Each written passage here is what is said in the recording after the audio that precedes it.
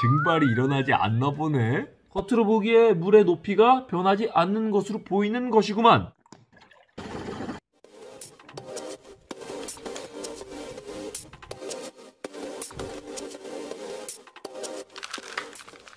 지난 시간에 가역 반응, 비가역 반응을 알았으니 이제 그것을 토대로 동적 평형이 무엇인지에 대해서 알아봅시다. 동적 평형은 일단 무슨 뜻인지부터 알아봐야죠. 먼저 평형이라는 건 변화하지 않는 상태를 의미하는 거예요. 변화하지 않는 상태. 그래, 그거고요. 동적은 뭐죠? 동적, 움직인다는 거죠. 역동적이다 라고 말할 때 정적인 것의 반대, 동적인 것이라는 거죠. 그럼 이 단어가 좀 이상하게 느껴질 거예요. 평형은 변하지 않는 건데 동적은 막 움직이는 거니까 동적인데 평형이야? 안 변해? 말이 이상하죠. 되게 멋진 개념이에요. 뭐 이런 거잖아요. 소리 없는 아우성, 잔혹한 아름다움, 시끄러운데 조용해, 못생겼는데 잘생겼어. 뭐 그런 거죠. 너무 멋진 단어예요. 우리 이제 이 동적 평형이 뭔지에 대해서 알아봅시다. 전 화학이 되게 좋거든요. 동적 평형 같은 개념은 너무 멋져요. 그래서 좋아요. 여러분도 가역 반응과 비가역 반응, 동적 평형을 배우면서 제가 화학에 느낀 이 아름다움, 이 매력, 이 흥미로움을 조금이라도 공감했으면 좋겠어요. 조금이라도. 조금 하려는데 하트가 돼. 여기 물이 있어요. 물이 있죠. 이 물이 가만히 두면 이 물컵에 있는 물은 다 증발해서 나라가 없어지겠죠. 그렇죠? 그런데 만약 우리가 여기에 뚜껑을 닫아 놓으면 어떻게 될까요? 물이 다 증발해 나라가 없어질까요? 아니죠. 줄어들다가 어느 순간 더 이상 줄어들지 않을 때가 와요. 물의 높이가. 뚜껑을 닫아 놓으면. 그럼 우리는 이전까지의 어리석었던, 우매했던 우리는 이렇게 생각하겠죠. 물이 안 줄어드는 거 보니까 증발이 일어나지 않나 보네 라고 생각을 했을 거예요. 분명히 증발이 일어나지 않는다라고 생각을 했겠죠. 정말 그럴까요? 동적 평형 단원을 배우면서 이제 우리는 우주를 조금 더 깊이 이해하게 될 거예요. 그러면 뚜껑을 닫아 놓은, 그리고 물을 담고 뚜껑을 닫아 놓은 용기 속에선 어떤 일이 일어나는지, 정말 물의 양이 줄어들지 않으면 정말 증발이 일어나지 않는 것인지에 대해서 알아봅시다. 여기 진공 상태에 물만 담아둔 용기가 있었어요. 그리고 뚜껑을 닫았죠. 중요한 건 처음엔 진공 상태였다는 거예요. 그 진공 상태였을 때, 진공 상태에서 물을 담아 놓으면 이 물에 있는 물 분자가 증발하기 시작하겠죠. 증발하기 시작하면서 드디어 최초로 여기에 기체가 생겨날 거예요. 우리 이거를 속도의 관점으로 보면 초기에는 증발 속도가, 이 물이 수증기가 되는 속도가 응축 속도, 이 수증기가 다시 물이 되는 속도보다 압도적으로 크겠죠. 왜 압도적으로 클까요? 당연히 수증기의 양이 적기 때문이죠. 속도라는 건 같은 시간 동안 얼마나 많은 분자가 증발되고 응축되느냐의 개념인데, 애초에는 진공에서 시작했기 때문에 애초에 수증기 자체가 거의 없어서 응축 속도가 빠를 수가 없겠죠. 그래서 초기에는 증발 속도가 응축 속도보다 압도적으로 큽니다. 여기까지 했죠. 이제 그 다음 이제 시간이 흘러서 점점 그러니까 증발한, 그래서 수증기가 많아지기 시작하면 응축 속도 역시 증가하겠죠. 그래서 이렇게 수증기가 다시 액체가, 물이 되는 속도가 점점 증가해서 증발 속도와 응축 속도가 아까보다는 차이가 덜 나지만 여전히 증발 속도가 큰 상태가 될 수 있을 거예요. 그러다 시간이 더 흐르면 충분히 많은 수증기가 만들어지면 이 수증기가 응축하는 속도와 물이 증발하는 속도가 같아지면서 더 이상 물의 높이가 바뀌지 않는 순간이 올 거예요. 이게 왜 이런 일이 발생하냐면 증발 속도에 영향을 주는 가장 큰 요인은 바로 온도거든요. 바로 온도예요. 물론 증발 속도에 영향을 주는 요인이 좀 더 있긴 하지만 고등학교 수준에서, 화원 수준에서는 온도만이 증발 속도에 영향을 준다라고 얘기해요. 그래서 온도가 일정하면 증발 속도는 일정하다라고 얘기하는 거죠. 그러면 증발 속도가 일정한데 응축 속도는 계속 커지니까 왜? 수증기가 많아지니까 응축 속도가 커지죠. 응축 속도가 계속 커지니까 반드시 같아지는 순간이 오겠죠. 그러면 1초 동안 1초에 예를 들어서 100개의 물이 수증기로 바뀐다면 똑같이 같은 시간 1초 동안 100개의 수증기가 물로 바뀌는 거예요.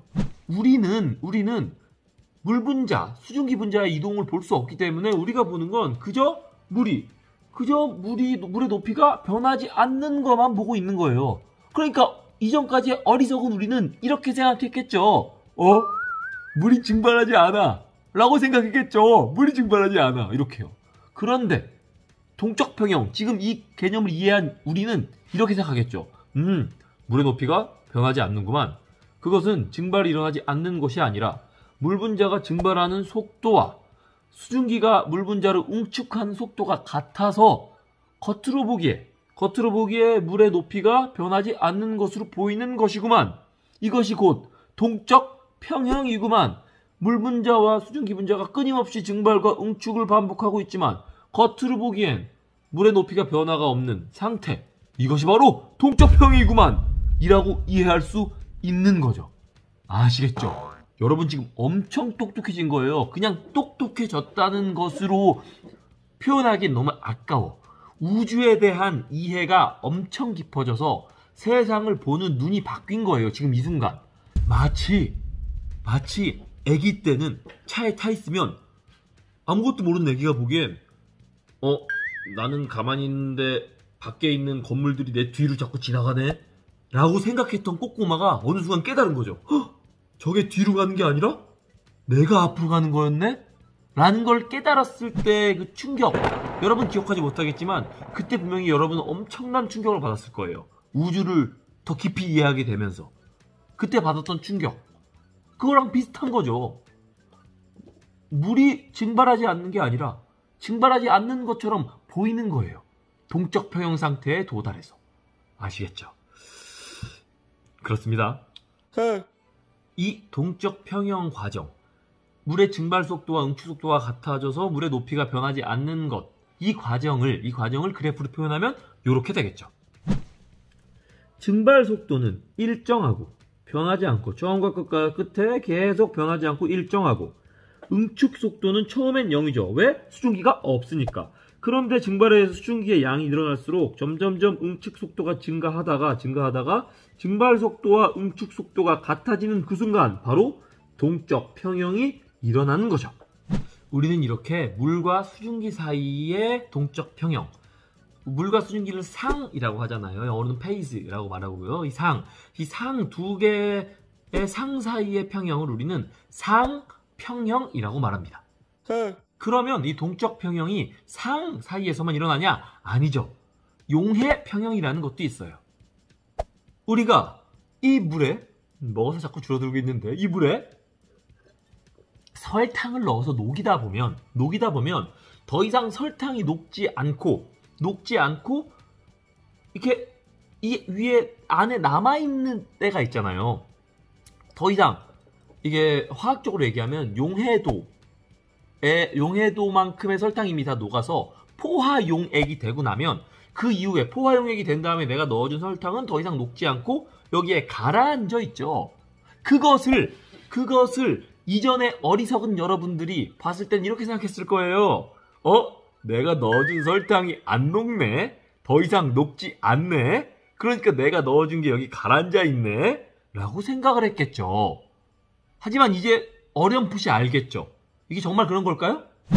물에 설탕을 넣어서 녹이다 보면 포화용액이 이르렀을 때 그 이후에 설탕을 더 넣게 되면 이렇게 설탕이 가라앉아 있게 되죠. 그럼 이 가라앉아 있는 설탕은 더 이상 녹지 않는 것일까요? 아닙니다. 이 역시도 동적 평형에 도달한 거예요. 내가 넣어준 설탕은 끊임없이 용해되고 있고요. 이렇게 끊임없이 용해되고 있지만 이 설탕물에 떠서 돌아다니던 설탕이 함께 끊임없이 석출되고 있는 거죠. 그래서 내가 넣어준 설탕이 더 이상 녹지 않는 게 아니라 계속 녹고 있는데 녹는 거랑 똑같은 속도로 석출이 되고 있으니까 내가 보기엔, 눈으로 보기엔 설탕의 양이 변화가 없으니까 녹지 않네 라고 생각하고 있었던 거죠. 정리합시다. 동적 평형은 평형, 겉으로 보기엔 변화가 없는 것 같은데 실은 내부에서는 분자수준에서는 끊임없이 반응이 일어나고 있는 이런 상태를 바로 동적 평형 상태라고 합니다. 이 동적 평형은 단순히 그냥 시험을 보기 위해 그런 개념이구나 이렇게 알고 넘어가지 않았으면 좋겠어요. 우주를 바라보는 가치관에 영향을 줄 수 있을 만큼 대단한 내용이라고 생각하거든요. 이런 것들에 좀 재미가 느껴지고 조금이라도 이게 흥미로우면 좋겠어요. 과학적으로, 화학적으로 직업을 갖고자 하지 않더라도 그냥 과학 그 자체가 너무나 재밌으니까요. 과학이 너무 재밌으니까 재밌었으면 좋겠어요. 오늘 여기까지. 안녕.